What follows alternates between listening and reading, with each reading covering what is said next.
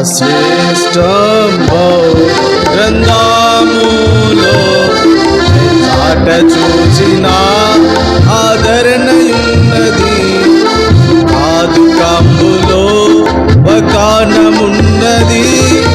విశ్వాసముంచి ధ్యానించుడి, విశ్వాసముంచి ధ్యానించుడి.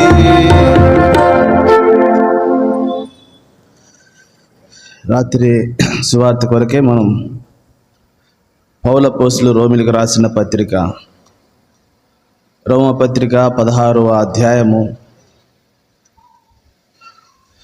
రోమ పత్రిక 16వ అధ్యాయము 18, 19, 20 వచనాలు, 17 నుంచి 20 వరకు మనం కలిసి చదువుకుందాం. పౌలు అపోస్తలులు రోమీయులకు రాసిన పత్రిక 16వ అధ్యాయము 17 నుండి 20 వరకు మనము కలిసి చదువుకుందాం. సహోదరులారా, మీరు నేర్చుకున్న బోధకు వ్యతిరేకముగా ఆటంకములను కలగచే వారిని కనిపెట్టి ఉండుడని మిమ్మల్ని బతిమాలుకొనుచున్నాను. వారిలో నుండి తొలగిపోవడి. అటువారు మన ప్రభువైన క్రీస్తునకు కాక తమ కడుపునకే దాసులు, వారి ఇంపైన మాటల వలన నిష్కపటుల మనసులను మోసపుచ్చుదురు. మీ విధేయత అందరికీ ప్రచురమైనది గనుక మిమ్మల్ని గూర్చి సంతోషించుచున్నాను. మీరు మేలు విషయమైన జ్ఞానులను, కీడి విషయమైనటువంటి నిష్కపటులై ఉండవాలని కోరుచున్నాను. సమాధానకర్తయగు దేవుడు సాతాను మీ కాళ్ళ క్రింద శీఘ్రముగా చితకతులు ఎక్కించును. మన ప్రభు అయిన యేసుక్రీస్తు కృప మీకు తోడైండును గాక. ప్రభు సాయం కొరకే ప్రార్థన చేస్తాం. ప్రింగల తండ్రి, వందన స్తోత్రాలు. ఈ రాత్రి సువార్త కొరకై ప్రభు మరొకసారి మీ సన్నిధానానికి వస్తూ ఉన్నాం. ఈ దినమంతయు మీ సన్నిధానమును మాకు ఇచ్చారు. ప్రభువా, మిమ్మల్ని స్తుతించి యోగ్యంగా మీ బలను సమీపించడానికి మీరు మా కృపనిచ్చినందులకై వందనం చెల్లిస్తూ ఈ సాయంకాలము రాత్రి కూడిక సువార్త కొరకై మీ సన్నిధానానికి వస్తూ ఉన్నాం. ఇంకెవరైతే రక్షణ, మారుమనసు, పాప క్షమాపణ లేకుండా దేవా మీ సన్నిధానంలో ఉంటున్నారో వారిని దర్శించమని ప్రార్థన చేస్తూ ఉన్నాం. దేవుని ఇంటిలో ఉండి దేవుని ఎరగనటువంటి వారిగా ఉంటే ఈ రాత్రి మీరు వారితో కూడా మాట్లాడుతున్నామని ప్రార్థన చేస్తున్నాం. మీ దాసుని పునరుద్ధరణ శక్తినిచ్చి బలపరచండి, ఆత్మాభిషేకం నిమ్మని యేసు పరిశుద్ధ నామమున స్తుతించి ప్రార్థిస్తున్నాము తండ్రి, ఆమేన్. పౌలు అపోస్తలులు రోమీయులకు రాసిన పత్రిక చివరి అధ్యాయాన్ని మనం చదువుతూ వచ్చాం. ఈ 16వ అధ్యాయంలో పౌలు అపోస్తలులు ఈ పత్రికను ముగిస్తూ వచ్చినప్పుడు ఈ 16వ అధ్యాయంలో ఎక్కువ పర్యాయాలు 16 వచనం వరకు చూస్తే అనేకులకు తాను వందనములు చెబుతూ వచ్చాడు. కాబట్టి వందనములు వందనములు అనే పదము ఈ 16వ అధ్యాయంలో మరింత ఎక్కువగా కనపడుతూ వస్తాయి. కాబట్టి ఈ పత్రిక పౌలు అపోస్తలులు ఎవరికి రాశాడు అని అంటే, పరిశుద్ధులుగా ఉండుటకు పిలువబడిన వారు. కాబట్టి ఎవరికి పత్రిక అంటే పరిశుద్ధులుగా ఉండుటకు పిలువబడినటువంటి వారికి. ఇప్పుడు రోమాలో ఉండేటువంటి ఆ పరిశుద్ధులుగా ఉండుటకు పిలువబడినటువంటి వారిని గూర్చి పౌలు అపోస్తలుడు 19వ వచనాన్ని మనం ధ్యానం కొరకే చూస్తాం. ఏమన్నాడు వారి గురించి అని అంటే, మీ విధేయత అందరికీ ప్రచురమైనది కనుక మిమ్మల్ని గూర్చి సంతోషించుచున్నాను అన్నాడు. రోమాలో ఉండేటువంటి సంఘం పరిశుద్ధులుగా ఉండుటకు పిలువబడినటువంటి వారిని గురించి ఏమని రాయబడతా వచ్చింది అని అంటే, మీ విధేయత అందరికీ ఏమైందంట? ప్రచురమైంది. కాబట్టి మీ విధేయత ప్రచురమైంది కనుక ఇప్పుడు నేను మిమ్మల్ని గూర్చి ఏం చేస్తున్నాను? సంతోషించుచు ఉన్నాను అన్నాడు. కాబట్టి రోమాలో ఉండేటువంటి విశ్వాసులైన పరిశుద్ధులైన ప్రభు బిడ్డలను గురించి ఈ శ్రేష్టమైనటువంటి మాట దేవుడు మన విషయమే కూడా కోరుతున్నాడు. ఏమని అని అంటే, మనము విధేయత అందరికీ ఏం కావాలని? ప్రచురం కావాలి అని. కాబట్టి మన యొక్క విధేయత అందరికీ ప్రచురమైనప్పుడు ప్రభు మనల్ని గురించి ఏం చేయవాడు? సంతోషించినటువంటి వాడు. కాబట్టి రాత్రి ఆ చిన్న మాటని మనము కొన్ని మాటలు జ్ఞాపకం చేస్తాం.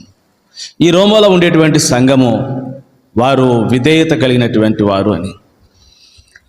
దైవగ్రంథంలో విధేయతను గురించి ఎన్నో సంగతులు ఉన్నాయి. కాబట్టి మనం కూడా రోమ సంఘం వలె మనం దేనికి విధేయులు అవ్వాలో ఒక 7 మాటలు జ్ఞాపకం చేస్తాను. అలాగ మనం విధేయులు మౌదుము కాక అని. అట్లాంటి విధేయత మనం కలిగి ఉన్నప్పుడు దేవుడు మన విషయమై కూడా సంతోషించేటువంటి వాడు. మొదటిగా అపోస్తుల కార్యములు 5వ అధ్యాయము. అపోస్తుల కార్యములు 5వ అధ్యాయము మనము 32వ వచనాన్ని చదువుతాం. అపోస్తుల కార్యములు మేమును దేవుడు తనకు విధేయులైనటువంటి వారికి అనుగ్రహించిన పరిశుద్ధాత్మయు సాక్షులమై ఉన్నామని చెప్పారు. కాబట్టి దేనికి విధేయులో మొదటిగా ఇక్కడ చూస్తున్నాం. మేమును దేవుడు తనకు విధేయులైన వారికి, అంటే ఎవరికి విధేయులమై ఉండాలో చెబుతున్నాడు. ఎవరికంట? దేవునికి విధేయులు. అందుకే ఆ మాట ఉంది అక్కడ. దేవుడు తనకు విధేయులైనటువంటి వారు, అంటే దేవుడు చెబుతారు దేవునికి విధేయులైనటువంటి వారు, ఒక్క మాటలో చెప్పాలంటే. కాబట్టి వీరు మొట్టమొదటిగా మనం దేనికి విధేయులం అవ్వాలి అని అంటే, కాబట్టి దేవునికి మనము విధేయులమై ఉండుట అనేది.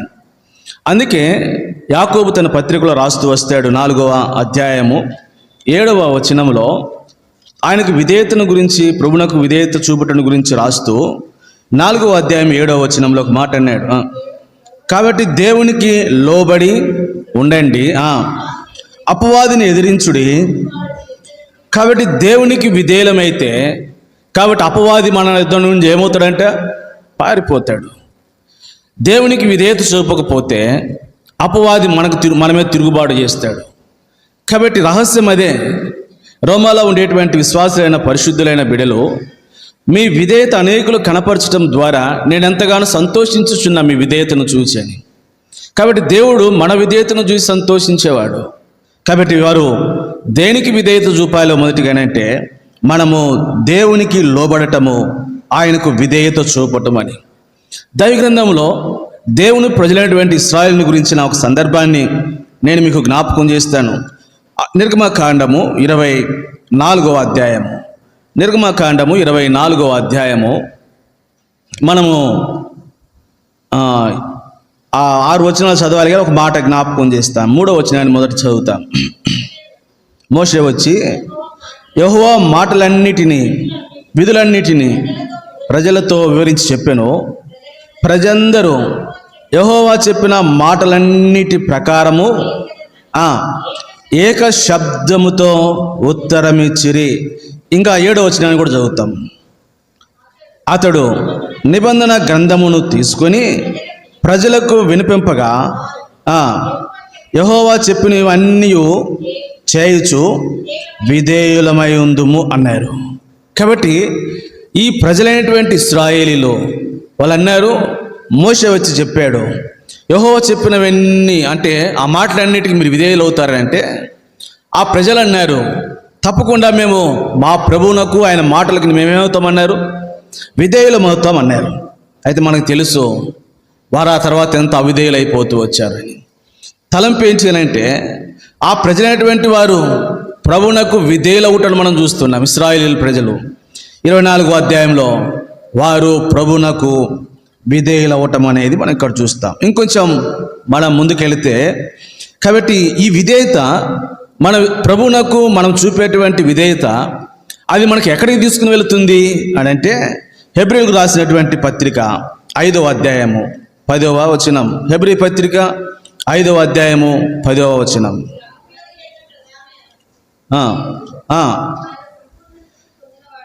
మరియు ఆయన సంపూర్ణ సిద్ధి పొందినవాడై మెల్కీషెదెకు యొక్క క్రమంలో చేరిన ప్రధాన యాజకుడని దేవుని చేత పిలువబడి తనకు విధేయులైన వారందరికీ.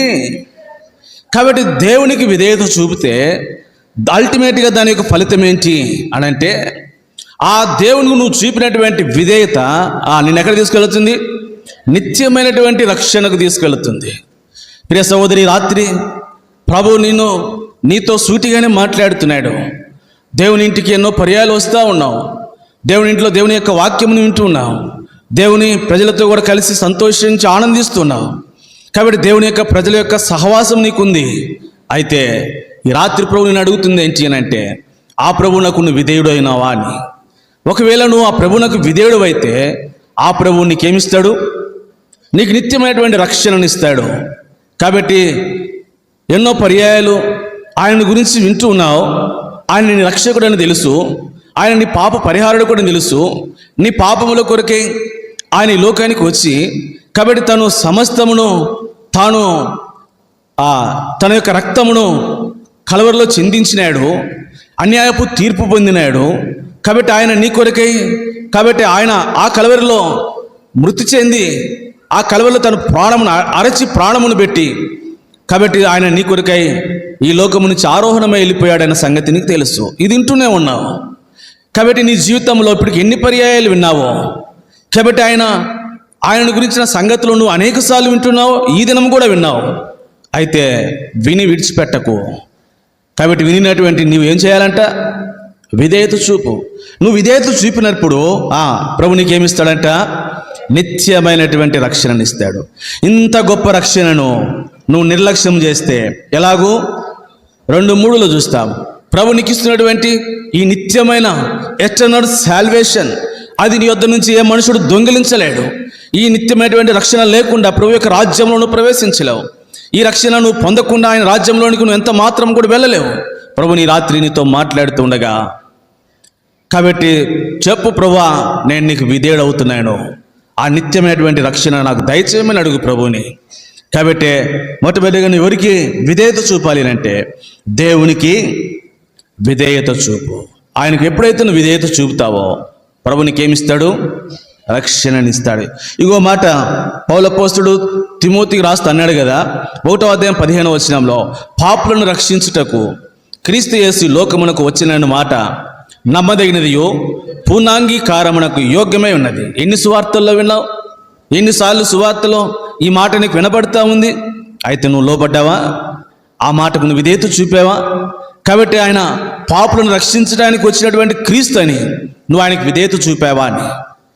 నువ్వు విధేయత చూపకపోతే నీ జీవితంలో ఆ నిత్యమైనటువంటి రక్షణ ఇంకా నీ జీవితంలో నువ్వేం చేయలేవు, పొందలేవు. నేడే చెప్పు, ప్రభువా, నన్ను రక్షించుటకు ఈ లోకానికి వచ్చిన క్రీస్తు అని నేను నమ్ముతున్నాను అని చెప్పి నువ్వు ప్రభు వద్ద నువ్వు ప్రార్థన చేసి నీ పాపాలు ఒప్పుకుంటే ప్రభు ఆయనకు నువ్వు లోబడినట్లు ఆయన నీకేమిస్తాడు?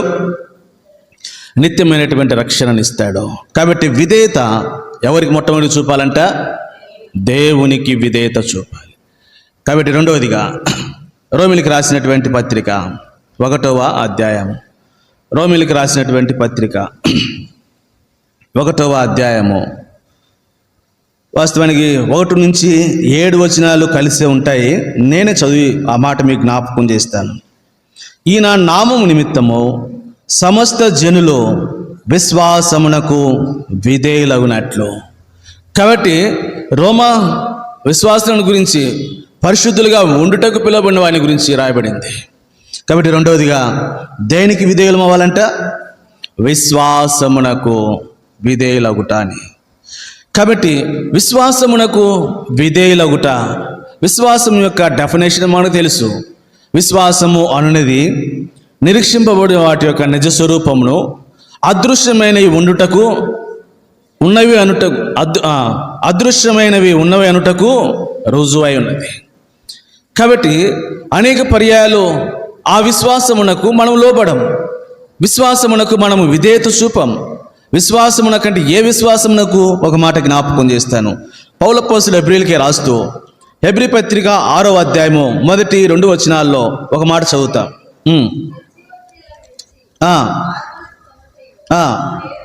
దేవుని యందలి విశ్వాసమును. కాబట్టి ఏ విశ్వాసమునకు మనము విధేయులమై లోబడాలి అంటే ఇక్కడ అన్నాడు, నిర్జీవ క్రియలను విడిచి. కాబట్టి దేవుని యందలి విశ్వాసమును అది కలిగి సంపూర్ణమవుటకు మనం ఏం కావాలి? సాగిపోవాలి. ఇప్పుడు విశ్వాసంలో సంపూర్ణంగా కొనసాగిపోవటానికి గల, విశ్వాసంలో సంపూర్ణమై కొనసాగిపోవటానికి కొనసాగి పోకపోవటానికి గల కారణం ఏంటి అని అంటే ఆ విశ్వాసమునకు మనం ఏం కావట్లేదు, విధేయులము కావట్లే. అందుకే క్రీస్తు ఆ సంపూర్ణతలోనికి మనం రాలే. విశ్వాసం యొక్క దేవుని యందలి విశ్వాసం యొక్క సంపూర్ణతలోనికి రావట్లే. అందుకే ఇది నేను చేయగలను, నువ్వు నమ్ముచున్నావా అంటే వాడేమన్నాడు, ప్రభువా నేను నమ్ముచున్నా, నాకు అపనమ్మకం ఉండకుండా ఏం చేయమన్నాడు, అది దేవుని యందలి విశ్వాసం. రాత్రి నీ జీవితంలో దేవుని యందలి విశ్వాసమునకు నువ్వు విధేయుడు అయినావా అని. కాబట్టి చూడు, అన్యుడైనటువంటి ఒక వ్యక్తి, అవును ప్రభా నువ్వు చేయగలవని నేనేం చేస్తున్నాను, నమ్ముతున్నా. విశ్వాసమైనప్పటికీ మనము అనేక పర్యాయము ఆయన యందలి విశ్వాసములో మనం విధేయత చూపలేకపోతా ఉన్నాం. కాబట్టి రాత్రి జ్ఞాపకం చేసుకో, నువ్వు విధేయత చూపవలసింది. రెండోది, కాబట్టి దేవుని యందలి విశ్వాసమునకు. అక్కడే హెబ్రీ పత్రికలోనే 11వ అధ్యాయంలోనికి మనం వచ్చినప్పుడు, హెబ్రీ పత్రిక 11వ అధ్యాయము 6వ వచనం, విశ్వాసము లేకుండా దేవునికి ఇష్టడై ఉండుట అసాధ్యం. అంటే దేవుని యందలి విశ్వాసమునకు నువ్వు గన లోబడకపోతే, కాబట్టి నువ్వు దేవునికి ఇష్టడుగా ఉండటం అనేది ఇట్ ఈజ్ ఇంపాసిబుల్. కాబట్టి అది అసాధ్యమైంది. ఏది అసాధ్యమైంది? నువ్వు దేవునికి ఇష్టడుగా. ఒక వ్యక్తి దేవునికి ఇష్టడుగా ఎప్పుడు ఉండగలడు అంటే ఆ వ్యక్తి దేవుని యందలి విశ్వాసమునకు ఏమై ఉండాలా, లోబడి ఉండాలా. దేవుని యందలి విశ్వాసమునకు లోబడకపోతే నీవు దేవునికి ఇష్టడుగా ఉండటము అనేది అది అసాధ్యమైనటువంటి. కాబట్టి మనము దేవుని యందలి విశ్వాసము. ఆ తర్వాత ఈ 11వ అధ్యాయంలో నేను ఒక చిన్న సందర్భాన్ని జ్ఞాపకం చేస్తాను. 11వ అధ్యాయం కిందకు వద్దాం. కాబట్టి విశ్వాసం లేకుండా దేవునికి ఇష్టడై ఉండుట అసాధ్యము అని చెప్పబడిన తర్వాత 13వ వచనం నుండి కొన్ని మాటలు చదువుతాం. వీరందరూ ఆ వాగ్దాన ఫలము అనుభవింపకపోయినను దూరం నుండి చూచి వందనములు చేసి తాము భూమి మీద పరదేశములను యాత్రికులమై ఉన్నామని ఒప్పుకొని విశ్వాసము గలవారై. కాబట్టి ఇక్కడ కొంతమంది ఉన్నారు, వారు వాగ్దాన ఫలములు ఇంకా అనుభవించలే. వాగ్దాన ఫలములు అనుభవించకపోయినా అయితే వారికి దేవుని యందలి వారికి ఒక విశ్వాసం ఉండి చనిపోయారంట. ఏమని అంటే, మేము భూమి మీద పరదేశములు యాత్రికులమై ఉన్నామని ఒప్పుకొని విశ్వాసమునకు లోబడి చనిపోతూ వచ్చారు. దేవుని యందలి విశ్వాసమునకు వారు లోబడి చనిపోయారు. కాబట్టి ఏదో ఒక రోజు మా దేవుడు మమ్మను ఏం చేస్తాడు అంటే ఆ వాగ్దాన ఫలములలోనికి మమ్మను తీసుకొని వెళతాడు అని విశ్వాసమునకు, దేవుని యందలి విశ్వాసమునకు లోబడిన వారు తమ యాత్రను ముగిస్తూ వచ్చారు. అంటే వారు ఆ మృతి నొందేంత వరకు కూడా వారు దేవుని యందలి విశ్వాసములో ఏమాత్రము కూడా తగ్గలే. ఇక కిందకు వస్తాం, 14వ వచనం. ఇలాగూ చెప్పువారు తమ స్వదేశమును వెళ్ళుచున్నామని విషదపరచుచున్నారు కదా. ఇలాగూ చెప్పువారు తమ స్వదేశమును వెతుకుచున్నామని విషదపరచుచున్నారు. చనిపోయారంటే వారి విశ్వాసమునకు లోబడి.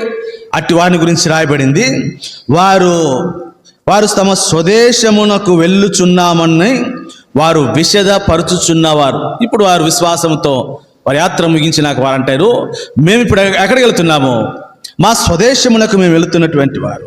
15వ వచనం, వారు ఏ దేశం నుండి వచ్చిరో ఆ దేశమును జ్ఞాపకం ఉంచు మరలా వెళ్ళుటకు. అయితే వారు మరి శ్రేష్టమైనటువంటి దేశమును అనగా పరలోక సంబంధమైన దేశమును కోరుచున్నారు. అందుచేత తాను వారి దేవుడిని అనిపించుకున్నటకు దేవుడు వారిని గూర్చి సిగ్గుపడడు. ఏలనగా ఆయన వారి కొరకు ఒక పట్టణమును సిద్ధపరిచి ఉన్నాడు. వాళ్ళు చూడలే ఆ పట్టణాన్ని. అయితే వారి విశ్వాసమునకు లోబడి వారు తమ యాత్రను ముగిస్తూ విశ్వాసము గలవారై, విశ్వాసమును దేవుని యందలి విశ్వాసమును కలిగినటువంటి వారు మృతి పొందారు. ఇప్పుడు వాని గురించి రాయబడింది, ఏలైనగా ఆయన వారి కొరకు ఒక పట్టణమును. ఇది వారి యొక్క విశ్వాసం, దేవుని యందలి విశ్వాసము. కాబట్టి ఇదే నిరీక్షింపబడి వాటి యొక్క నిజ స్వరూపం. అదే అలాగను వారు ఆ పట్టణమును చూడలేదంట, దూరం నుండి వందనములు చేశారంట. ఆ వాగ్దాన ఫలం పొందినటువంటి కనానులోనికి వాళ్ళు వెళ్ళలేదు. అయితే వారు దేవుని యందలి విశ్వాసమునకు లోబడి తమ యాత్రను ముగించినప్పుడు వారి గురించి రాయబడింది ఏంటి అని అంటే, ఆయన వారి కొరకు ఒక పట్టణమును, అది వారి విశ్వాసం. ప్రియ సహోదరి, ఈ రాత్రి నీ జీవితంలో దేవుని యందలి ఆ విశ్వాసమునకు మనం ఏం కావాలంట? లోబడుట. అంటే విశ్వాసమునకు లోబడుట అంటే ఆ ప్రజలు వారు మరణము వరకు కూడా ఆ విశ్వాసమును వారు ఏం కాలేదు, విడిచిపెట్టలే. ఆ విశ్వాసంలో వారు సన్నగిల్లలే. ఆ విశ్వాసంలో వారు అల్ప విశ్వాసులు కాలే. ఆ విశ్వాసంలో వారు విశ్వాస ఘాతకులు కాలే. ఇలా ఎన్నో మాటలు ఉన్నాయి దైవ గ్రంథంలో. ఈ రాత్రి నీ విశ్వాసం విషయం ఎట్లున్నావు? నువ్వు విశ్వాసమునకు లోబడితే దాని యొక్క అల్టిమేట్గా దాని యొక్క ఫలితాన్ని ఇక్కడ విశ్వాసము కలిగిన వారు ఏమయ్యారంట? విశ్వాసం గలవారై వారు మృతి పొందారు. అందుకే పౌలు అపోస్తలుడు ఒక మాట అన్నాడు తిమోతికి ఈ పత్రికను రాస్తూ, 2వ తిమోతి పత్రిక 4వ అధ్యాయము 7వ వచనం. 2వ తిమోతి పత్రిక, మంచి పోరాటము పోరాడి తిని నా పరుగుడు కడముట్టించి తిని విశ్వాసమును ఏం చేశాను? ఇప్పుడు అది విశ్వాసమునకు లోబడుట. దేవుని యందలి విశ్వాసమునకు లోబడుట అంటే ఆయన నువ్వు వాళ్ళ ఇందాక హెబ్రీ పత్రికలో చదివించినట్లుగా వారు విశ్వాసం గలవారై ఏమయ్యారంట? పౌలు అపోస్తలుడు తన యాత్రను అలాగే ముగించాడు. దేవుని యందలి విశ్వాసములో ఏ కొంచెం కూడా సన్నగిల్లలే. అప్పటి వరకు దేవుని యందలి విశ్వాసమునకు లోబడిన వాడై తన యాత్రను ముగిస్తూ వచ్చాడు. ఈ రాత్రి మన జీవితాలు ఎట్లున్నాయి? విశ్వాసమునకు లోబడి మన జీవితాలు ముగించగలుగుతాం, చెప్పగలమా? కాబట్టి ఆ విశ్వాసము నా జీవితంలో నేటికి నీకు ఉంది. మనం చదువుతాము లూకా సువార్త 18వ అధ్యాయము. లూకా సువార్త 18వ అధ్యాయము. ప్రభువైనటువంటి క్రీస్తు ఆయన భూమి మీదకి రాబోతూ ఉండగా అక్కడ ఒక మాటను చూస్తాం. 18వ అధ్యాయం 8వ వచనము.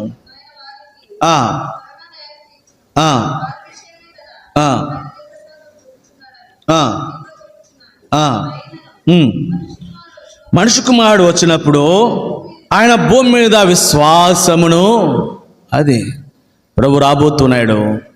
కాబట్టి ఆ విశ్వాసము, దేవుని యందలి ఆ విశ్వాసమును మనం విడిచిపెట్టకుండా ఉందముగా. కానీ కాబట్టి ఆ విశ్వాసము అంతం వరకు, మన యాత్ర ముగించేంత వరకు అనేక సార్లు కాబట్టి కెఫిన్ బాక్స్ మీద రాస్తూ ఉంటారు కదా, ఏమని? నా పరుగు తుదముట్టించి తిని విశ్వాసమును ఏం చేశానంట? వాళ్ళకి లేపి విశ్వాసం అంటే ఏందా అంటే కూడా చెప్పలేరు కదమ్మా. వారిని లేపి ఒకవేళ ప్రభు వచ్చి లేపాడు అనుకో, మనం లేపలేంలేండి. విశ్వాసమును కాపాడుకున్నట్టంటే ఏంటని అడుగుతావు? విశ్వాసమును వారికి ఏమాత్రం కూడా అవగాహన ఉండదు. కాబట్టి మన జీవితాలు అట్లా ముగించకూడదు. దేవుని యందలి విశ్వాసము అంతం వరకు కలిగిన వారమై దాన్ని చేపట్టుకొని ముందుకు సాగిపోదుముగా. కానీ మూడవదిగా మనము విధేయత చూపవలసినటువంటి 3వ విషయం, రోమీయులు గురించి మనం ఆ మాటను చదువుతున్నాం.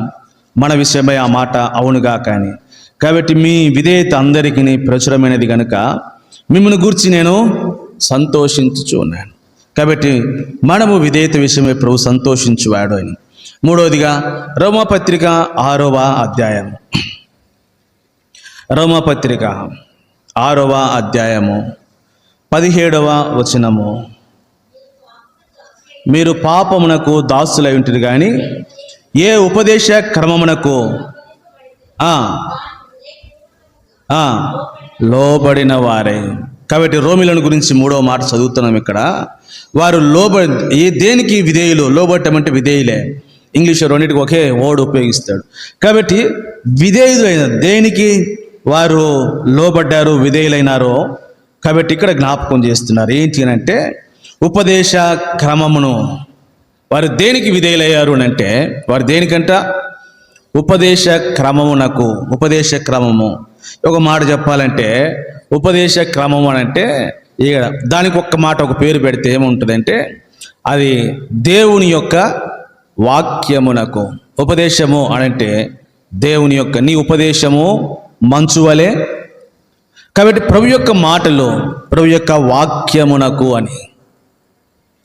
కాబట్టి మూడవదిగా విధేయత చూపవలసింది దేనికి అనంటే కాబట్టి దేవుని యొక్క వాక్యమునకు మనము విధేయులమవుట. అపోస్తుల కార్యములు 7వ అధ్యాయం, అపోస్తుల కార్యములు 7వ అధ్యాయము 51వ వచనం. హృదయములను దేవుని వాక్యమునకు లోపరచ నొల్లని వారలారా. కాబట్టి దేవుని యొక్క వాక్యమునకు మీ హృదయములను, చెవులను ఏం చేయలేదంట వాళ్ళు. కాబట్టి అంటాడు, అటువంటి ప్రజల గురించి ఏమన్నాడు 2వ భాగంలో, మీ పితరుల వలె మీరును ఎల్లప్పుడూ పరిశుద్ధాత్మను ఎదిరించుచున్నటువంటి వారు అనంటే దేవుని యొక్క ఉపదేశమునకు, దేవుని యొక్క వాక్యమునకు విధేయత చూపకపోవటము అనేది కాబట్టి ఏం చూపిస్తుంది అంటే పరిశుద్ధాత్ముణ్ణి మనం ఏం చేసినట్లంట, ఎదిరించినట్లు. కాబట్టి దేవుని యొక్క ఉపదేశమునకు, దేవుని యొక్క వాక్యమునకు మనము గిన విధేయులము గిన కాకపోతే, విధేయత గిన చూపకపోతే, కాబట్టి వారిని ఏమంటాము అనంటే అట్టివారు పరిశుద్ధాత్మను ఏం చేయనటువంటి వారు, ఎదిరించుచున్నటువంటి వారు. కాబట్టి దైవ గ్రంథంలో ఉంది. కాబట్టి మనము ఆ పరిశుద్ధాత్మను ఎదిరించటము అనేది మన జీవితంలో మనం ఎంత మాత్రమును కూడా. అందుకే కాబట్టి పరిశుద్ధాత్మను ఎదిరించు వారికి ఏం లేదంట, క్షమాపణ లేదు కదా. ఇక్కడ ఒక మాట మీకు జ్ఞాపకం చేస్తాను. ఏంటి అని అంటే యోహాను సువార్త 14వ అధ్యాయము 14వ అధ్యాయం యోహాను సువార్త 26వ వచనం.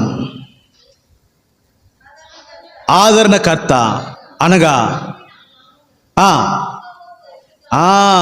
ఆదరణకర్త అనగా తండ్రి నా నామమున పంపబోవు పరిశుద్ధాత్మ సమస్తమును మీకు బోధించి నేను మీతో చెప్పిన సంగతులన్నిటిని మీకు. కాబట్టి ఇక్కడ అన్నాడు పరిశుద్ధాత్మ ఏం చేస్తుందంట, అనేకమైనటువంటి సంగతులను మనకు బోధిస్తుంది. ఒకవేళ వాక్యమునకు విధేయత చూపకపోతే దేనిని ఎదురుస్తున్నటువంటి వారిని, పరిశుద్ధాత్మను ఎదురుస్తున్నటువంటి వారిని. అంటే పరిశుద్ధాత్మ మనకు అనేక సంగతులను బోధిస్తుంది. ఇప్పుడు ఆ ఉపదేశానికి విధేయత చూపకపోతే పరిశుద్ధాత్మను ఎదిరించినటువంటి వారిగా, ఆ పరిశుద్ధాత్మ మనకు బోధించేటువంటి సంగతులను కూడా మనం ఏం చేస్తున్న వారిని, ఎదిరించుచున్నటువంటి వారిని. అందుకే అనేకసార్లు దేవుడు మాతో మాట్లాడాడు, ఇలాగూ చేయమన్నాడు, కాబట్టి వాక్యం ద్వారా మాట్లాడాడు అని చెబుతాం కదా. ఒకవేళ నువ్వు వాక్యమునికి విధేయత చూపకపోతే ఆ పరిశుద్ధాత్మను నువ్వేం చేసినట్టు, ఎదిరించినట్లు. పరిశుద్ధాత్మ ఎదిరిస్తే పరిశుద్ధాత్మ నీకు ఏ సంగతులను బయలుపరుస్తాడు. కాబట్టి పరిశుద్ధాత్మ ఏం చేస్తుందంటే సమస్తమును మనకు బోధించుచూ ఉంది అని. కాబట్టి ఇప్పుడు దానిని ఎదిరిస్తే ఇక ఎవరు మనకు బోధించినటువంటి వారు. అందుకే ఈ రాత్రి జ్ఞాపకం ఉంచుకుందాం, దేవుని యొక్క ఉపదేశమునకు లేకపోతే వాక్యమునకు మనం ఏం కావాలంట, విధేయులము కావలసినటువంటి వారిని. అందుకే ఒక సందర్భం అపోస్తుల కార్యములోనే మరొక మాట జ్ఞాపకం చేస్తా, కొంచెం ముందుకు వస్తే అపోస్తుల కార్యములో 14వ అధ్యాయము 3వ వచనం.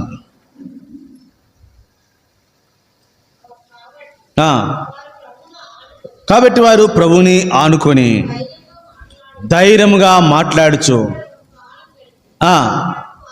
ప్రభు వారి చేత సూచక క్రియలను, అద్భుతములను చేయించి తన కృపా వాక్యమునకు సాక్ష్యమిప్పించుచు ఉండెను. కాబట్టి వీరు ప్రభు యొక్క వాక్యమునకు వారు లోబడినటువంటి వారు గనుక దేవుడు వారి చేత ఏం చేస్తున్నాడంట, సూచక క్రియలను, అద్భుతములను చేయించేటువంటి వారు. ఎప్పుడైతే మనం పరిశుద్ధాత్మకు లోబడతామో ఆ పరిశుద్ధాత్మ మనల్ని వసిస్తుంది.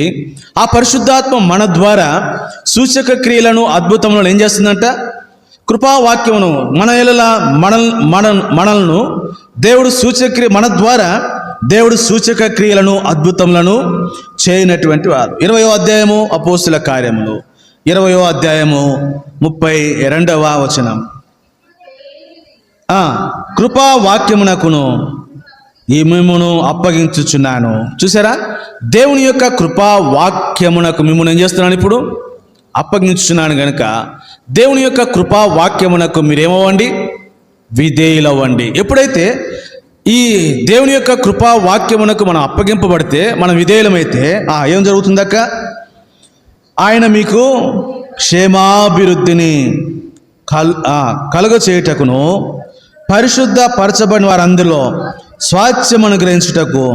చూసారా, ఆ వాక్యమునకు మనం లోబడితే కాబట్టి ఆయన మనకు క్షేమాభివృద్ధిని కలిగిస్తాడు. అందుకే మనము బెరయ సంఘమును గురించి మాట్లాడుతూ వచ్చినప్పుడు కాబట్టి అక్కడ ఒక మాటను చదువుతాము. వారు ఎట్లా ఉన్నారు? వారు లేఖనములను పరిశోధించుచూ ఉన్న ఆ సందర్భంలో కాబట్టి ఇంకొక మాట వారిని గురించి అక్కడ మనం చదువుతాము. క్షమించండి, అపోస్తుల కార్యములు. అక్కడ ఒక మాట నేను మీకు జ్ఞాపకం చేస్తాను. అపోస్తుల కార్యములు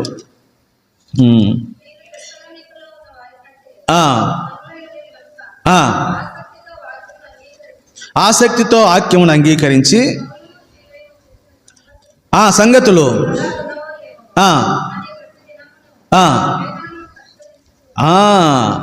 అలాగూ వాళ్ళు లేఖనములకు దేవుని యొక్క వాక్యమునకు వారు లోబడటం ద్వారా ఇప్పుడు 9వ అధ్యాయం 31వ వచనంలో నేను ఒక మాట మీకు జ్ఞాపకం చేస్తాను. కావున యూదయ గలిలయ సమరయ దేశములంతటా సంఘము క్షేమాభివృద్ధి నొందుచు సమాధానం కలిగి ఉండెను,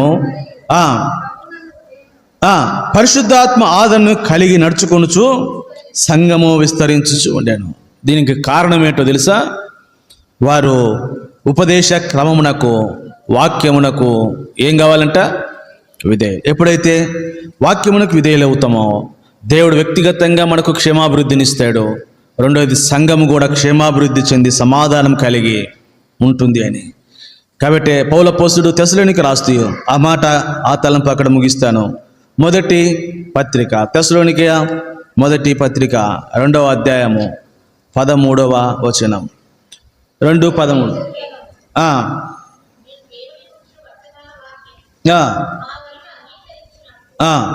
మనుషుల వాక్యముని ఎంచక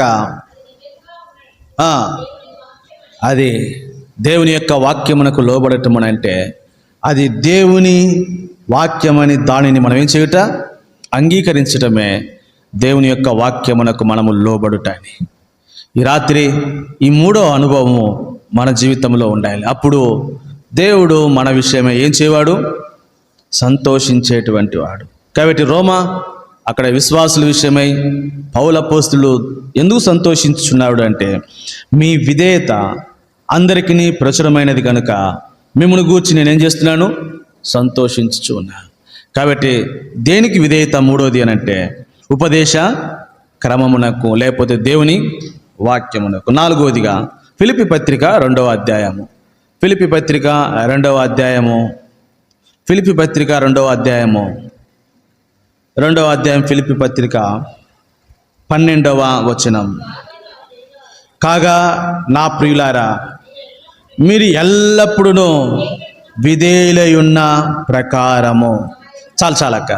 కాబట్టి ఇప్పుడు ఫిలిప్పీలో ఉన్నటువంటి విశ్వాసులను గురించి రాస్తా ఉన్నాడు.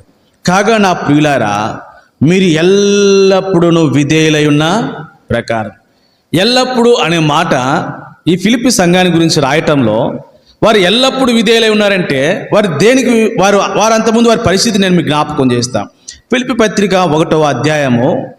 ఫిలిప్పీ పత్రిక 1వ అధ్యాయము ఈ పత్రిక వాళ్ళకు రాస్తూ 30వ వచనంలో ఒక మాట అన్నాడు.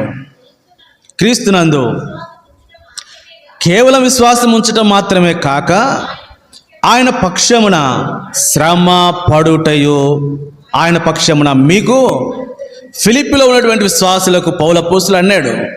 కాబట్టి విశ్వాసమునకు విధేయత లోబడటమే కాదు కానీ కాబట్టి మీరు ఆయన పక్షమున శ్రమపడుటకు ఆయన పక్షమున మీకు అనుగ్రహింపబడింది అన్న తర్వాత ఇప్పుడు 12వ వచనంలో ఆ మాట చదివితే మనకు అర్థవంతంగా ఉంటుంది. కాగా నా ప్రియులారా, మీరు ఎల్లప్పుడూ ఏమై ఉన్నారంట అంటే దేనికి విధేయులయ్యారు? శ్రమలకు విధేయత.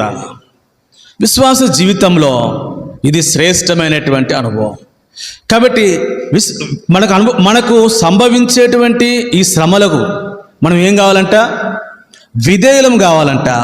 కాబట్టి ఇది ఎక్కడి నుంచి మనకు ఇది అభ్యుతుంది, ఎక్కడి నుంచి ఇది మనకు నేర్చుకోగలుగుతాం, ఎవరిని మాదిరిగా ఉంచుకొని ఇటు శ్రమలకు మనం విధేయత చూపుతాం అని అంటే, పౌలపోస్తుడు హెబ్రీలకు రాస్తూ హెబ్రీ పత్రిక 5వ అధ్యాయము 8వ వచనంలో, హెబ్రీ పత్రిక 5వ అధ్యాయం 8వ వచనం, ఆయన కుమారుడై ఉండి తాను పొందిన శ్రమల వలన, కాబట్టి ప్రభువే, కాబట్టి ఆయన తనకు కలిగినటువంటి శ్రమలకు తనేం చూపించాడు? విధేయత చూపాడు.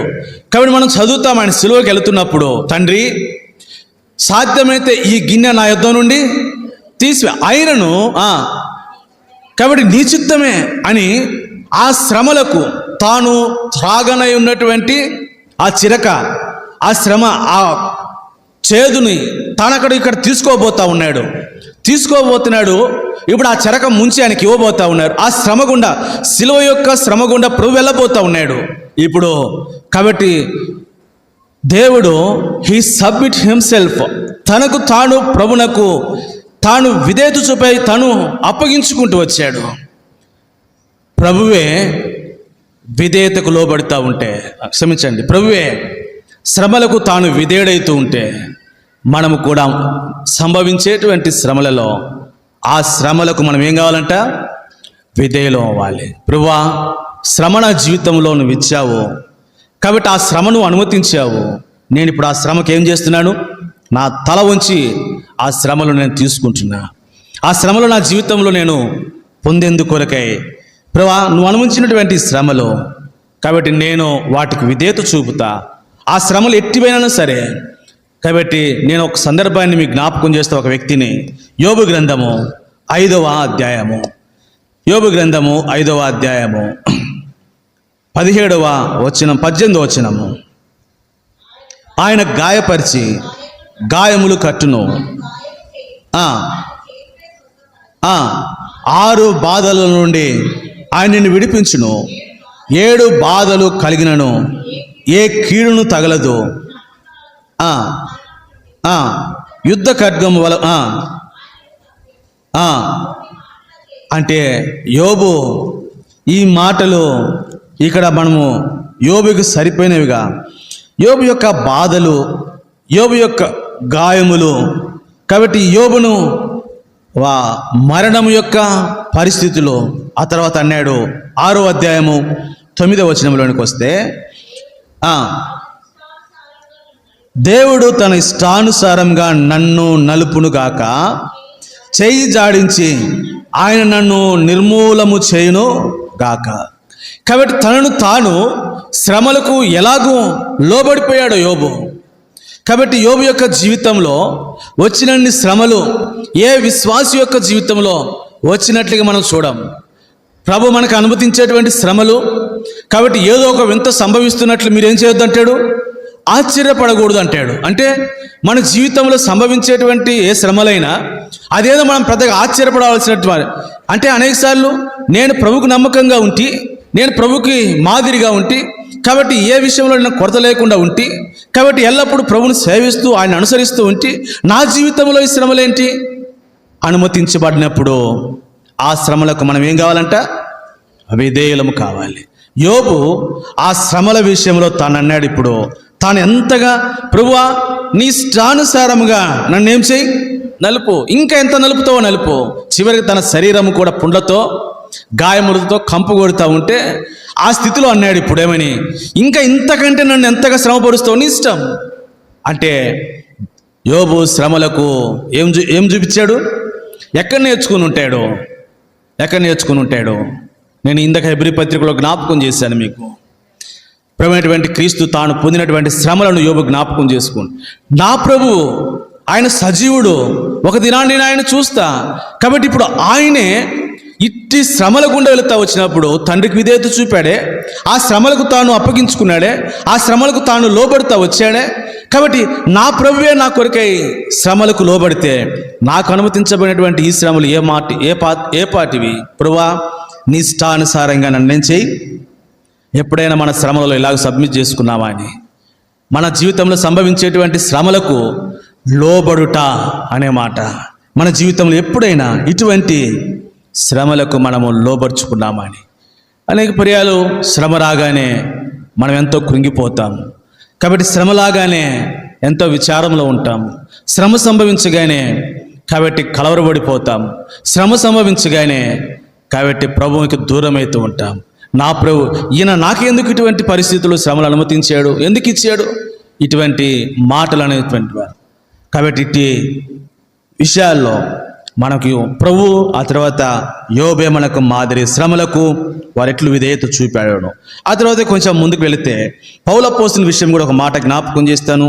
అపోస్తుల కార్యములు 20వ అధ్యాయము, అపోస్తుల కార్యములు 20వ అధ్యాయము, అపోస్తుల కార్యములు 20వ అధ్యాయము 20వ అధ్యాయము 13వ వచనమా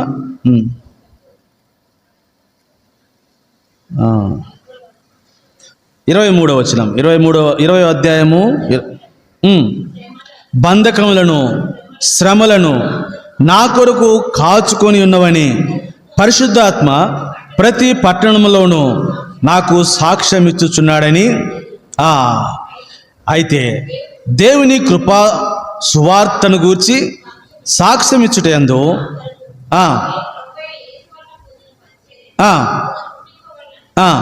నా ప్రాణమును నాకెంత మాత్రమును ప్రియమైనదిగా. 23వ వచనంలోనేమో బంధకములు శ్రమలు నా కొరకు కాచుకొని ఉన్నాయి అన్న తర్వాత దాని గుండా వెళ్ళటానికి తను ఎట్లాగూ విధేయత చూపాడు అనేది 24వ వచనంలో మనం చూస్తూ వచ్చాం. కాబట్టి ఆ బంధకములు ఆ శ్రమల గుండా తాను ఆ శ్రమలకు పౌలు అపోస్తలుడు ఎలాగూ విధేయత చూపుతూ ఉన్నాడు అనే సంగతిని కాబట్టి మన జీవితంలో ఎరుగుతూ వస్తాము. అట్టి శ్రమలకు పౌలు కూడా విధేయత చూపుతూ వచ్చాడు. తన జీవితంలో ఎన్ని శ్రమలో ఎన్ని కష్టములో కాబట్టి ఒక పర్యాయము తాను కొట్టబడిన తర్వాత ఈడ్చుకొని వెళ్ళి చనిపోయాడని తను బయట పడవేస్తే అక్కడి నుంచి లేచాడు.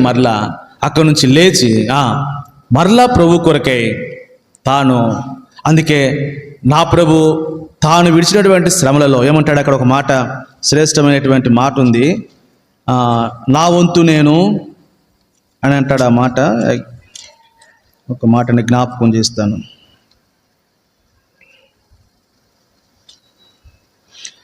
కొలసీలకు రాసినటువంటి పత్రిక 1వ అధ్యాయము 24వ వచనం.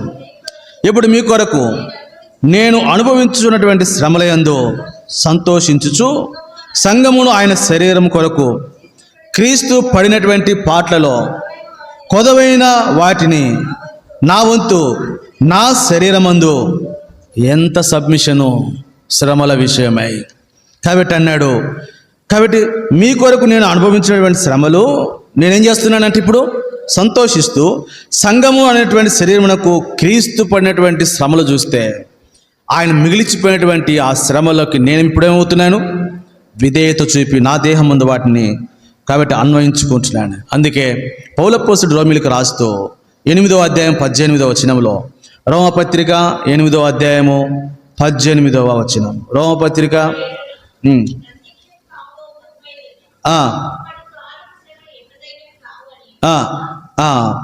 చాలక్క. కాబట్టి ఇక్కడ పౌలు అపోస్తలుడు రోమీయులకు రాస్తూ ఇలాగ శ్రేష్టమైనటువంటి మాటను రాస్తూ వచ్చాడు. మన ఆ శ్రమలకు మనము విధేయత చూపేందుకు కొరకై మన ఎడల ప్రత్యక్షము కాబోవు ఆ మహిమ ఎదుట ఇప్పటి కాలపు శ్రమలు ఎన్నదేవుని కావని ఎంచుకొని ఆ శ్రమలకు మనం ఏమవుదాము, విధేయులు అవుదాం. అవును ప్రభువా, ఇప్పటి కాలపు ఈ శ్రమలు నా జీవితంలో నేను పొందబోతున్నటువంటి ఆ మహిమను చూసుకున్నప్పుడు కాబట్టి నా జీవితంలో సంభవించేటువంటి ఈ శ్రమలు ఏమాత్రం కూడా ఏంటి కాదంట, ఎన్నదేవినే కావంట. అందుకనే ఆ శ్రమలకు నేను ఇప్పుడు ఏమవుతాను, విధేయత చూపుతా. ఆ తర్వాత కొరింథీకి వస్తూ కొరింథీ 2వ పత్రికలో పౌలు మరొక మాట రాశాడు. కొరింథీ 2వ పత్రిక 1వ అధ్యాయము 5వ వచనం, క్రీస్తు యొక్క శ్రమలు మా యందు ఎలాగ విస్తరించుచున్నావో. ఈ రాత్రి శ్రమలకు నువ్వు ఎప్పుడైతే విధేయత అవుతావో దేవుడు నేను అట్లా విడిచిపెట్టాడో ఆ క్రీస్తు ఆ శ్రమలలో నీకేమిస్తాడంట, ఆదరణ కూడా ఇస్తాడు. అయితే నువ్వు నీ జీవితంలో సంభవించేటువంటి ఆ శ్రమలకు ఏం కావాలంట, విధేయులము కావాలంట.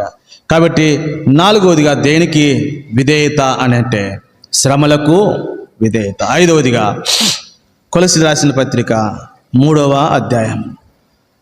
కొలసీలకు రాసినటువంటి పత్రిక 3వ అధ్యాయము. కొలసీ పత్రిక 3వ అధ్యాయము. ఇక్కడ ఒక మాట చూడండి, ఎక్కడ 20 యజమానులైనటువంటి వారికి అనే మాట ఉంటుంది అక్కడ. దాసులారా 22వ వచనం, మనుషులను సంతోషపెట్టు వారైనట్టు శుద్ధహంతకరం గలవారై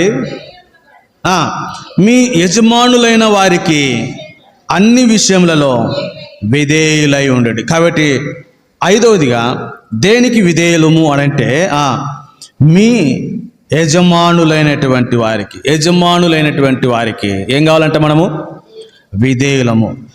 ఇక్కడ ఒక మాట జ్ఞాపకం చేస్తాను. ఎవరు యజమానుడు? 4వ అధ్యాయంలోనికి వచ్చినప్పుడు పౌలు కొలసీ సంఘానికి రాస్తూ వచ్చాడు. 4వ అధ్యాయం 1వ వచనం, పరలోకంలో మీకును యజమానుడున్నాడని. ఎవరు యజమానుడు? పరలోకమందు ఉన్నటువంటి మనకు ఒక యజమానుడు, మనకందరికి ఒక యజమానుడు ఉన్నాడు. ఎక్కడున్నాడంట? ఆయన పరలోకములో ఉన్నాడంట. ఆ యజమానులకు మనం ఇవ్వాలంట. కాబట్టి ఈ యజమానుడు పరలోకమందు మనకు ఒక యజమానుడు ఉన్నాడు. ఆయన పరలోకమునకు ఆరోహణము అవ్వకముందు ఈ యజమానుడు భూమి మీద మనకు ఒక పనిని అప్పగించి వెళ్ళాడు. ఏంటో చూసి ఒక మాట జ్ఞాపకం చేస్తాను, చదువుతాం ఇప్పుడు. మత్తయి సువార్త 21వ అధ్యాయము. మత్తయి సువార్త 21వ అధ్యాయము 33వ వచనం.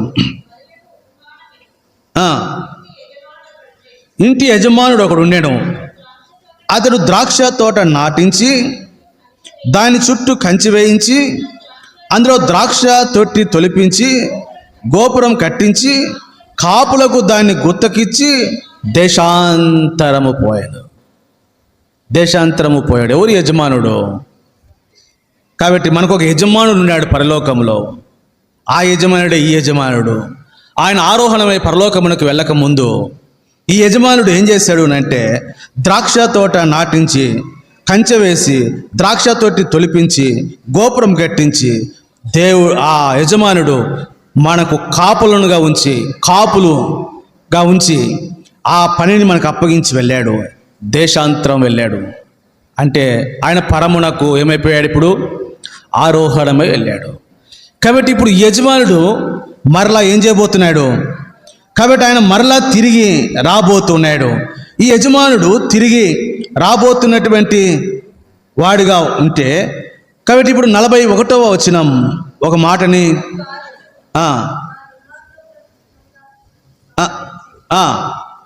వాటి కాలములందు తనకు పండ్లను చెల్లించినట్టు ఇతర కాపులకు. కాబట్టి ఈ యజమానుడు రాబోతా ఉన్నాడు. కాబట్టి ఆ యజమానుడు వచ్చే సమయానికి వీరు ఏమాత్రము కూడా అప్పగించినటువంటి ఆ ద్రాక్ష తోట విషయంలో, కాబట్టి వారు ఏమాత్రము కూడా ఫలములు ఫలించి కష్టపడి ప్రయాసపడి ఆ యజమానునికి ఏమైనా ఇవ్వాలనుకోలేదంట. కాబట్టి వారు సోమరులై ఉన్న తర్వాత వారు ఏమని ఆ దుర్మార్గులను కఠినముగా సంహరించి వాటి కాలములందు తనకు పండ్లను చెల్లించునట్టి వారు. ఈ యజమానుడు మనకు ఒక పనినిచ్చి వెళ్ళాడు. కాబట్టి వెళ్ళి వాటి కాలములందు మనం ఆ యజమానునికి ఏం చెల్లించాలంట? కాబట్టి ఫలములను చెల్లించిన బట్టి యజమానుడు మరలా రాబోతున్నాడు. గుర్తుంచుకోనండి, ఈ రాత్రి యజమానుడు మరలా రాబోతున్నాడు. కాబట్టి నీకు అప్పగించినటువంటి ద్రాక్ష తోటలో నీ పని విషయమై, కాబట్టి ఆ యజమానుడికి విధేయుడివై నువ్వు ఎంత ప్రయాసపడి ఎన్ని ఫలములు సమకూర్చి ఆయన కొరకే ఎదురు చూస్తున్నా? ప్రభువా, నీ కొరకే ఇదిగో ఈ ఫలమునే ఫలించాను, నీ కొరకే నేను ఈ ఫలములు ఇస్తాను. యజమానుడు రాబోతా ఉన్నాడు. ఆయన వచ్చే సమయానికి అడిగినప్పుడు ఇప్పుడు 25వ అధ్యాయం మత్తయి సువార్త 25వ అధ్యాయము 19వ వచనం. 25వ అధ్యాయం 19వ వచనం. బహుకాలమైన తర్వాత ఆ దాసుల యజమానుడు వచ్చి, ఈ యజమానుడు పరలోకమందు మనకున్నాడు. ఆ యజమానుడిని ద్రాక్ష తోటలో పనివానిగా ఉంచాడు. ఆయన కొరకే పని చేసి ఫలించమన్నాడు. ఇప్పుడు ఆ యజమానుడు మళ్ళీ ఏమైపోయాడంటమ్మా, బహుకాలమైన తర్వాత ఆ యజమానుడు రాబోతూ ఉన్నాడు. కాబట్టి కాలము సంపూర్ణమైంది, ప్రభు యొక్క రాజ్యము సమీపంగా ఉంది. కాబట్టి వచ్చేవాడు ఆలస్యం చేయక త్వరగా రానై ఉన్నాడు. ఇదిగో ఆయన తలుపు యొద్దనే ఉన్నాడు. కాబట్టి ప్రభు ఆయన అర్ధరాత్రి వచ్చునో కోడి కూయినప్పుడు వచ్చునో మీకు తెలియదు. మీరు అనుకున్నటువంటి గడియలో యజమానుడు రాబోతుండగా, కాబట్టి ఆ యజమానుడికి విధేయత చూపటం అనేది దాని అర్థము, ఆ యజమానుడు ఆ ద్రాక్ష తోటలో నీకు అప్పగించినటువంటి నీ పనిని నువ్వు శ్రద్ధగా చేసి పనివాడుగా, కాబట్టి ఆ జీతం తీసుకొని రాబోతున్నాడు. ఒకవేళ నువ్వు ఆ జీతం పొందటానికి ఆ ఫలములు నీవు లేకపోతే, కాబట్టి నిన్ను నీ యొద్ద నుంచి దాన్ని తీసుకొని ఆ ఎవరైతే తగిన కాలమందు కాపు ఇస్తారో అట్టి వారికి, కాబట్టి ఆ పనిని ఏం చేయవాడు, నీ యొక్క అంతము. 21వ వచనం ఇప్పుడు, బలనమ్మకమైన మంచి దాసుడా, అది యజమానుడు రాబోతున్నాడు. ఆయన వచ్చే సమయానికి ఈ మాటను నీ గురించి అనగలిగితే ఎంత ధన్యుడు. నమ్మకమైన. కాబట్టి ప్రభు మనకు ఒక ద్రాక్ష తోటనిచ్చాడు, ప్రయాసపడదాం ప్రభు కొరకై. కాబట్టి ఆ యజమానునికి మనం లోబడి తను అప్పగించేటువంటి ఆ పనిలో కాబట్టి మనము ప్రయాసపడతాం. రూతు అంటుంది, ఈ పొలము తప్ప వేరొక పొలమునకు నీవు బోయజు చెప్పాడు. కాబట్టి ఆ పొలములోనే ఆ ముందున్నటువంటి వారు ఉన్నారు, వారి వెనక ఏం చేస్తా ఉందంట, పరిగా ఏరుకుంటూ వెళ్ళింది. మన జీవితాల్లో జ్ఞాపకం చేసుకుందాం, ఆ యజమానుడు రాబోతున్నాగా ఇలాగ మన విషయమే అనగలిగితే ఎంత మేలు. మార్కు సువార్త 13వ అధ్యాయము 35వ వచనం, ఇంటి యజమానుడు ప్రొద్దుగురికి వచ్చునో, అర్ధరాత్రి వచ్చునో, కోడి కూయినప్పుడు వచ్చునో, తెల్లవారినప్పుడు వచ్చునో, ఎప్పుడు వచ్చునో మీకు తెలియదు. విధేయులమై ఆ ద్రాక్ష తోటలో పనివార్యంగా ఉందుముగా కానీ. కాబట్టి ఎవరికి ఇప్పుడు విధేయులు అవ్వాలంటమ్మా, యజమానునికి. ఎవరా యజమానుడు? పరలోకమందు మనకు ఒక యజమానుడు ఉన్నాడు, ఆయనకి. ఆ తర్వాత మరొక యజమానుని గురించి నేను జ్ఞాపకం చేస్తాను. పేతురు రాస్తూ తన మొదటి పత్రికలు అన్నాడు, ఇక్కడ మరొక యజమానుడు. మొదటి పేతురు పత్రిక 3వ అధ్యాయము, మొదటి పేతురు పత్రిక 3వ అధ్యాయము 6వ వచనం.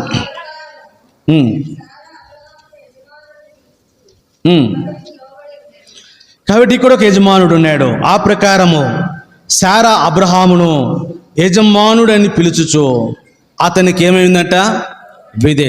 మరొక యజమానుడు ఎవరు అమ్మా, ఎవరమ్మా? భర్తకి కదా. ఎట పిలుస్తారో తెలుసిన, పేరు పెట్టి కదా. ఎలా పిలుస్తారు మన భర్తల్ని? శారా ఎలా పిలుస్తుంది? ఓ అబ్రామా అనింది అమ్మా, ఓ అబ్రామా అనిందా? అనలే. ఏమనింది? హీఈస్ మై మాస్టర్ అనింది. ఆయన ఎవరు? నా యజమానుడు అనింది. మనము ఎల్లయ్య, పుల్లయ్య, మల్లయ్య అని పేలివి. ఓయ్ ఎవరిని కుక్కలను పిలిచినట్ట, ఓయ్ ఎలా పిలుస్తాం మనము మన యజమానులు? ఆయన ఎవరు? ఆయన నీకు మాస్టర్ అని తెలిస్తే నీకు భయం ఉంటుంది. అయితే ఆయన నీకు మాస్టర్ అని నువ్వు ఎరగకపోతే, ఆయన నీ యజమానుడు అని నువ్వు గుర్తించకపోతే నువ్వు ఏది నోటికి ఏది వస్తే అది పిలుస్తావు. అంతేనా? ఉన్నారు అటువంటి వాళ్ళు? లేకపోతే ధన్యులు మీరంతా. ఒకవేళ ఉంటిప్పటి నుంచి అని పిలవమాకండి పేరుతో. ఏమి? వాళ్ళు ఎవరు? మీ యజమానుడు. కాబట్టి ఆ యజమానుడికి మనము లోబడి అని అన్న తర్వాత 5వ వచనంలో ఒక మాట అనింది. ఏమన్నారు ఇప్పుడు? అటువలే పూర్వము దేవుని ఆశ్రయించిన పరిశుద్ధ స్త్రీలను తమ స్వపురుషులకు లోబడి ఉండుట చేత తమ్మును తాము, అబ్బా ఇదేంటంటమ్మా, ద బ్యూటీ, అలంకరణ. ఏంటి అలంకరణ? దేవుని తన స్వపురుషులకు లోబడి ఉండుట చేత. అంటే ఈ మాస్టర్కి వారు లోబడ్డారు. అలాగ లోబడాలి అని అంటే వారి గురించి ఒక మాట ఉంది, దేవుని ఆశ్రయించిన పరిశుద్ధ. కాబట్టి దేవుని ఆశ్రయించేటువంటి పరిశుద్ధ స్త్రీవైతే నువ్వు తప్పకుండా నీ యజమానునికి నువ్వేమవుతావు? లోబడతావు.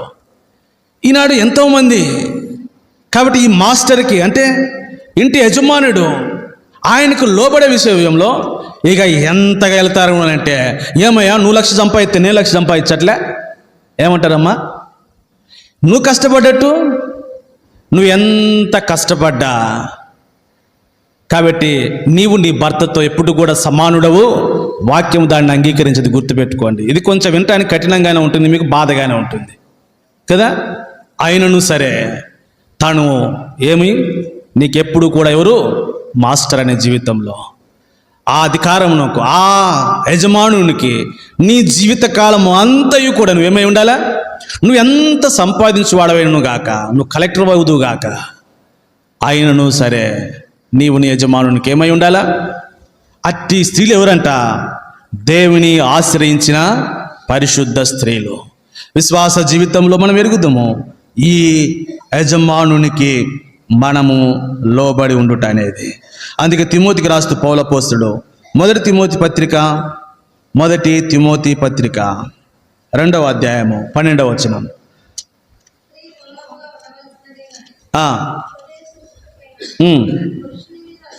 పురుషుని మీద అధికారము చేటుకైనను ఆమెకు సెలవే లేదు. అందుకనే యజమానుని యొక్క అధికారమునకు ఏం కావాలి? ఇప్పుడు నీ యజమానుని యొక్క అధికారమునకు నువ్వు లోబడవలసిందే. కాబట్టి ఎప్పుడు కూడా అధికారము చలాయించటానికి పరిశుద్ధ స్త్రీలముగా మనం ఏం చేయకూడదు? మనము ప్రయత్నించే వీలు లేదు. వాక్యము దానికి అంగీకరించదు, వాక్యము దాన్ని ఎప్పుడు కూడా యాక్సెప్ట్ చేయదు. అలాగూ మనము ఈ 2వ అధికారమునకు కూడా లోబడదుము కాక అని. ఆ తర్వాత 6వ తలంపును జ్ఞాపకం చేస్తాను. తీతు పత్రిక 3వ అధ్యాయము. తీతు పత్రిక 3వ అధ్యాయం. మరొక విధేయత చూపాల్సినటువంటి మరొక విషయము ఏంటి అని అంటే, తీతు పత్రిక 3వ అధ్యాయం 1వ వచనం. అధిపతులకును అధికారులకును లోబడి విధేయులుగా ఉండవలననియో. చూసారా, మనము విధేయత చూపవలసినటువంటి 6వ సంగతి ఏంటంట? అధిపతులకును అధికారులకును అని. ఇక్కడ కూడా మనం గమనిస్తే, అవును మనం ఒక చోట పని చేస్తూ ఉన్నాం, మనపై అధిపతులు ఉన్నారు, మనపై ఏమున్నారు? అధికారులు కూడా ఉన్నారు. ఇది ఒక సిస్టమ్ ప్రభు.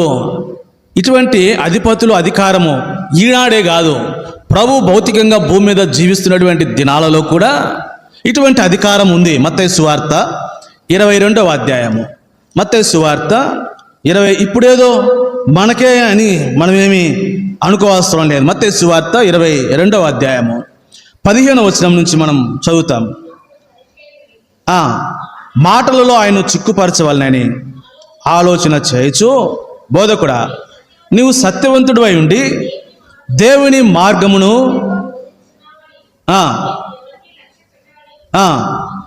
మొహమాటం లేని వాడవని ఎంతగా పొగిడారో చూడండి ఆయన్ని ముందెళ్ళి. ఆ తర్వాత ఇప్పుడు చెబుతున్నారు విషయము.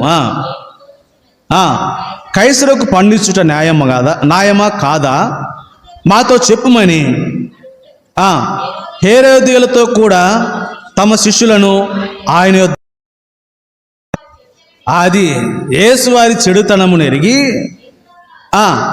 నన్నెందుకు శోధించుచున్నారు? పన్ను రోక ఒకటి నాకు చూపురని వారితో చెప్ప ఒక దేనారము తెచ్చిరి. ఈ రూపమును పైవ్రాతయు ఎవరివైన వారిని అడుగగా వారు ఏమన్నారంటే, ఇప్పుడు అవి కైసరవి అన్నారు.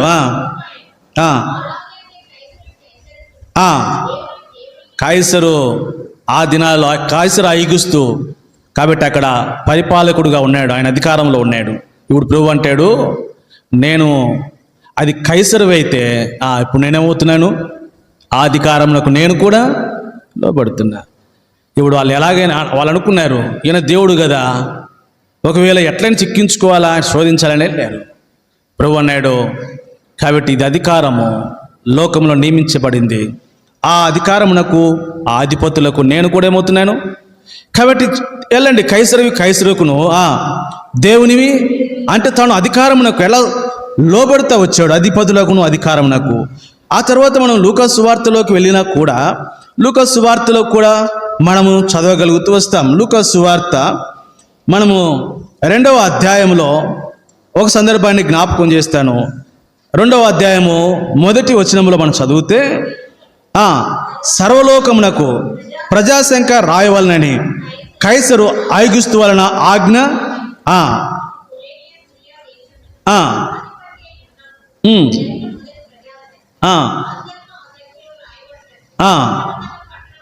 వెళ్ళిరి. యోసేపు దావీదు వంశంలోను గోత్రంలోను పుట్టినవాడు గనుక ఆ సంఖ్యలో రాయబడుటకు గలిలయలోని. కాబట్టి ఈ కైసరు ఐగుప్తు వలన వచ్చినటువంటి ఒక ఆజ్ఞ అధికారికంగా వచ్చింది, మీరందరూ కూడా ప్రజాసంఖ్య రాయించుకోవాలి అని. ఇప్పుడు యేసుక్రీస్తు ప్రభువారి యొక్క తల్లిదండ్రులు ఏమయ్యారు? ఇప్పుడు వెళ్ళి అధికారమునకు లోబడి వారు ప్రజాసంఖ్యను ఏం చేశారంట? రాయించుకున్నారు. కాబట్టి మన జీవితంలో ఎరుగుతూ వస్తాం. ఒకవేళ ఏదైనా చట్టం చేస్తే అధికారులు, కాబట్టి మనం తల వంచవలసిందే. కాబట్టి దేవుడే వారికి అధికారం ఇచ్చున్నాడు కనుక అధికారులకును అధిపతులకు మనం ఏం చేయవలసినటువంటి వారిమంట? కాబట్టి విధేయులు అవ్వాల్సినటువంటి. రోమపత్రిక 13వ అధ్యాయం మొదటి 2 వచనాల్లో ఆ మాట చదివి అక్కడ ఆ తలంపు ముగిస్తాను.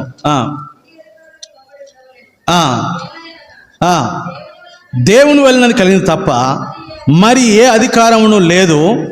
ఉన్న అధికారులు దేవుని వలన నియమింపబడి, ఒకవేళ వారి అధికారంలో ఈయన ఉంటే ఆ అధికారమును వారికి ఇచ్చింది ఎవరంట? వాళ్ళకి తెలియకపోవచ్చు. అన్యులు కనుక మేము కష్టపడ్డాము, శ్రమపడ్డాము, కాబట్టి కాంపిటేటివ్ ఎగ్జామ్స్ రాశాము, కాబట్టి సివిల్ సర్వీస్ రాశాము, కాబట్టి మా తెలివి మీద వచ్చింది అనుకుంటారు కదా. వారికి తెలియదు. ఇక్కడ వాక్యం చెబుతుంది కదా, దేవుని వలన కలిగినది తప్ప మరి అధికారమును లేదు. ఉన్న అధికారమును దేవుని వలనే వారికి ఏమి చేయబడింది? వారికి ఇచ్చినటువంటి అధికారం దేవుని వలనే వచ్చింది కనుక తప్పకుండా మనము అధికారులకును అధిపతులకును ఏం చేయవలసిన వారిని? విధేయులం అవ్వాల్సిందే అనే విషయాన్ని 6వ విధేయతను. చివరిగా 7వదిగా పేతురు మొదటి పత్రిక 1వ అధ్యాయము. పేతురు మొదటి పత్రిక 1వ అధ్యాయం. పేతురు మొదటి పత్రిక 1వ అధ్యాయము. 1 పేతురు 1వ అధ్యాయం 22, 23 వచనాలు.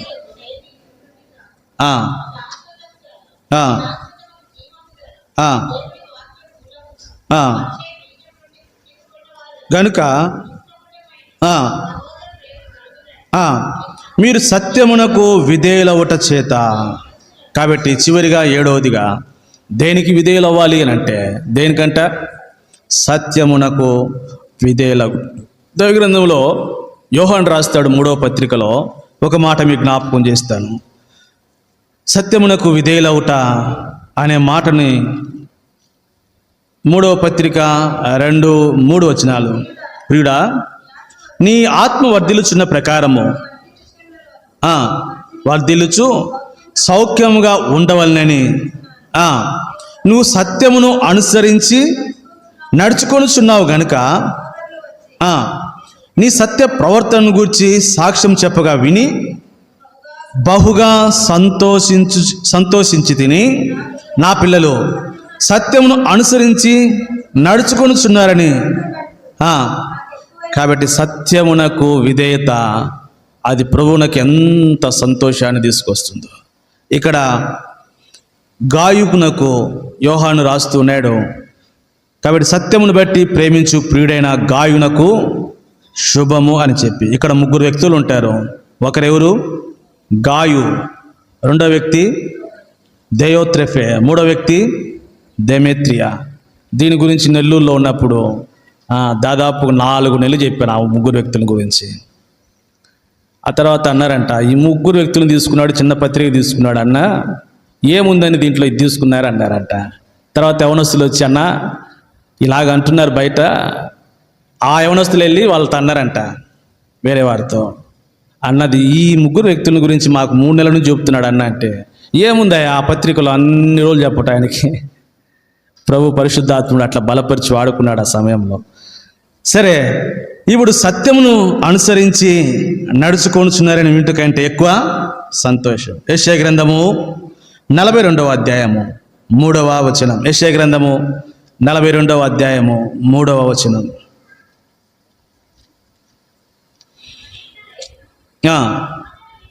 నలిగిన రెల్లును అతడు విడువడు,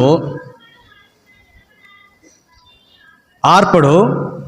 అతడు సత్యమును అనుసరించి న్యాయమును కాబట్టి ఎవరైనా, ఇదిగో నేను ఆదుకొను నా సేవకుడు, నేను ఏర్పరచుకున్నవాడు, నా ప్రాణమునకు ప్రియుడు. ఈయన మన ప్రభువైనటువంటి క్రీస్తే. మత్తయి సువార్త 12వ అధ్యాయంలోనికి వెళ్ళిన ఆ తర్వాత మార్కు సువార్త 1వ అధ్యాయము 10-11 వచనాలు చదివిన, యోహాను సువార్త 3వ అధ్యాయం 24 వచనంలోకి వెళ్ళిన ఆయన ఎవరు మనకు అర్థమవుతుంది. కాబట్టి ఈయన ఎవరంట, అతడు నలిగినటువంటి రెల్లును అతడు విరవడు, మకమకలాడుచున్నటువంటి జనపనార ఒత్తిని ఆర్పడు. కాబట్టి అతడు సత్యమును అనుసరించి కాబట్టి మనం కూడా సత్యమునకు లోబడుతూ సత్యమును అనుసరించడం ద్వారా దేవుడు మన విషయమే సంతోషించేవాడు. ఈ యొక్క మాట జ్ఞాపకం చేసి మనం ముగించుకుందాం. కొరింథీయులకు రాస్తూ పౌలు అపోస్తలుడు 2వ పత్రిక 11వ అధ్యాయం 30వ వచనంలో, కొరింథీ 2వ పత్రిక 11వ అధ్యాయము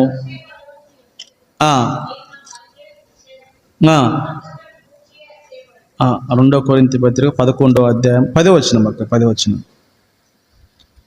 క్రీస్తు సత్యము నాయందు ఉండుట వలన అకయా ప్రాంతముల యందు నేను ఇలాగూ అతిశయపడకుండా. కాబట్టి పౌలు అపోస్తలుడు అన్నాడు, క్రీస్తు సత్యము నాయందు ఉండుట వలన. అలాగూ ప్రభు యొక్క సత్యమును లోబడి అనుసరించి ఆయన కొరకే మనం జీవించుదుముగాక. కాబట్టి రోమాలకు రాసినటువంటి విశ్వాసులు వారు దేనిలో విధేయతో వారు చూపుతూ వచ్చారు, దాన్ని బట్టి వారు సంతోషిస్తూ ఉన్నాడు పౌలు అపోస్తలుడు. మనం కూడా 7 విధేయత కనపరిచినప్పుడు మన విషయమై మన ప్రభు ఏం చేయవాడు, అట్లా విధేయులమై ముందుకు సాగుదుముగాక.